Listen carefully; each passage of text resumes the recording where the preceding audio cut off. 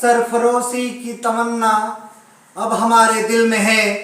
देखना है जोर कितना बाजू एक कातिल में है। अभिवादन स्वीकार कीजिए बालकृष्ण बाविस्कर का। चूंकि स्वतंत्रता संग्राम को लेकर मुखनायक के द्वारा एक सीरीज प्रारंभ की है और उसी सीरीज का ये एक और नया एपिसोड आपके सामने प्रस्तुत करने जा रहा हूं। इस एपिसोड में हम उन क्रांतिकारी महायोद्धाओं के संदर्भ में चर्चा करेंगे जिन्होंने फांसी के तख्ते को चूमकर हंसते हंसते अपने प्राणों की आहुति दे दी। और ऐसे कई क्रांतिकारी हैं जिनका नाम इतिहास के पन्नों में षड्यंत्रवश मिटा दिया गया या तो फिर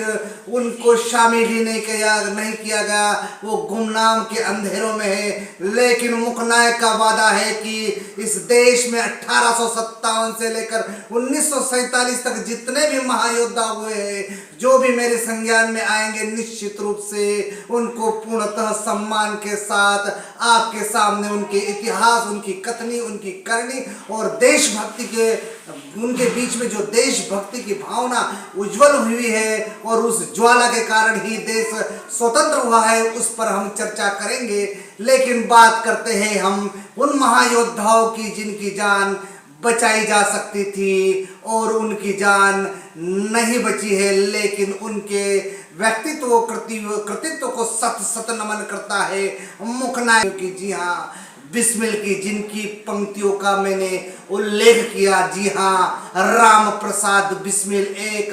महान कवि, स्वतंत्रता संग्राम सेनानी और एक उच्च कोटि के लेखक जिन्होंने स्वतंत्रता संग्राम को और अपनी आत्मकथा में उन्होंने जेल में उस समय क्या वृतांत दिया है, तो ऐसे राम प्रसाद बिस्मिल को सत सत नमन करता है मुखनायक। जी हाँ, उत्तर प्रदेश की धरती से जन्मे वो सुपुत्र थे जिन्होंने काकोरी कांड, जी हाँ, काकोरी कांड का नाम इतिहास में उल्लेखित है और उस काकोरी कांड को यदि अमली जामा पहनाया था अपनी कुशल बुद्धि के कारण, वो थे राम प्रसाद बिस्मिल। क्योंकि बिस्मिल जान चुके थे कि इस देश में यदि स्वतंत्रता का अलग जगह रखना है और मातृभूमि को यदि अंग्रेजों के बेड़ियों से मुक्त कराना है, तो फिर अनवरत महायुद्ध जारी रखना पड़ेगा। जब वे इस महायुद्ध यानी कि देश को स्वतंत्र करने के लिए वे संलग्न थे, लेकिन क्रांतिकारियों की आर्थिक कमर की रीढ़ की हड्डी टूट गई थी और उसी जोड़ने के लिए और उसी संगठन की जो विचारधारा थी स्वतंत्रता के लिए, उसको निरंतर आगे बढ़ाने के लिए उन्होंने इस योजना को अमली जामा पहनाया था। और वो तारीख थी 9 अगस्त 1925। जी हाँ, शाहजहांपुर से काकोरी के बीच में एक रेल आ रही थी और उनको जानकारी मिली थी कि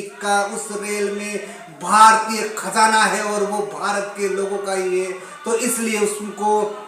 लूटने में किसी भी प्रकार की परहेज नहीं बरतनी चाहिए और किसी भी प्रकार की कोताही नहीं रखनी चाहिए, चाहे इसके लिए उनकी जान क्यों न चली जाए। ये उनकी आत्मकथा में राम प्रसाद बिस्मिल ने लिखा है। और शाहजहांपुर से वे जो स्वतंत्रता संग्राम सेनानी थे उस ट्रेन में सवार हुए और ये निश्चित कर लिया था कि काकोरी का जो रेलवे स्टेशन है उस पर घटना को अंजाम दिया जाएगा। उनके साथ 9 महायोद्धा शामिल थे जिसमें चंद्रशेखर आजाद का नाम भी उल्लेखनीय। जी हाँ, चंद्रशेखर के संदर्भ में भी बात करेंगे। पहले राम प्रसाद बिस्मिल की उस योजना के संदर्भ में बात करेंगे जिसके कारण काकोरी रेलवे स्टेशन पर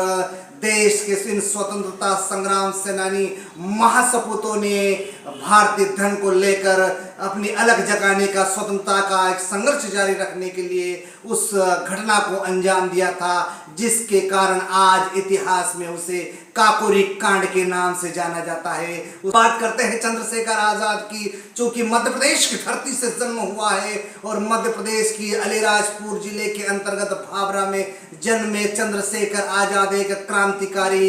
विचारों के दृष्टिकोण वाले व्यक्ति थे और उन्होंने लाला लाजपत राय, जी हाँ, स्वतंत्रता संग्राम सेनानी में वयोवृद्ध लाला लाजपत राय के भी उनके योगदान को भी नहीं भूला जा सकता, जब उन्होंने पंजाब में विरोध किया और लाठीचार्ज के दौरान उनकी निर्मम हत्या कर दी गई थी। अंग्रेजी पुलिस के दौरान उसी का बदला लेने के लिए चंद्रशेखर आजाद उस महायुद्ध में उड़े थे और उस महायुद्ध में उन्होंने अंतिम सांस तक युद्ध लड़ा। और ऐसा बताया जाता था कि जब अंतिम समय आया तो चंद्रशेखर आजाद, जो वर्तमान में इलाहाबाद है और इलाहाबाद का नाम भले ही अभी बदल दिया गया है, वहाँ एक पार्क था अल्फ्रेड पार्क, उस अल्फ्रेड पार्क का नाम अब चंद्रशेखर आजाद पार्क के नाम से जाना जाता है। अंग्रेजों के सामने उनकी आमने सामने आयुध की लड़ाई हुई और सामने से गोलीबारी की गई, लेकिन जब चंद्रशेखर आजाद ने बहादुर से अंग्रेजों की सेना का, अंग्रेजों को पुलिस का मुकाबला किया और जब अंतिम गोली बची तो चंद्रशेखर आजाद ने अपने स्वयं के कनफट्टी पर रखकर मातृभूमि के लिए शीश चढ़ा दिया, यानी कि उन्होंने अपने आप को गोली मारकर मातृभूमि के लिए शहीद हो गए। उसी प्रकार एक महत्वपूर्ण योद्धा की बात करना चाहता है मुक नायक, और वो महायोद्धा था, जी हाँ, भगत सिंह। शहीद आजम के नाम से दुनिया में उनको जाना जाता था। तात्कालिक घटनाओं के संदर्भ में यदि बात करें, तात्कालिक महायोद्धाओं के संदर्भ में यदि बात की जाए तो उनमें से सबसे प्रबुद्ध यदि कोई व्यक्ति था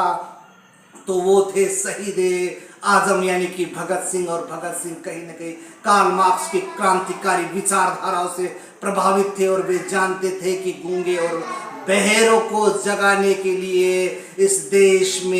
एक संघर्ष करने की आवश्यकता है। इसलिए उन्होंने कोर्ट में बम भी फेंके और पर्चे भी फेंक दिए और आत्मसमर्पित कर दिया, ताकि इस देश के गूंगे और बहरे हो चुके व्यक्ति जो आज़ादी से कहीं न कहीं अपने आप को बचाना चाह रहे थे, अंग्रेजों के पिट्ठू थे, उनकी आंखें खोलने का काम यदि इस देश में किसी ने किया है तो वो है शहीद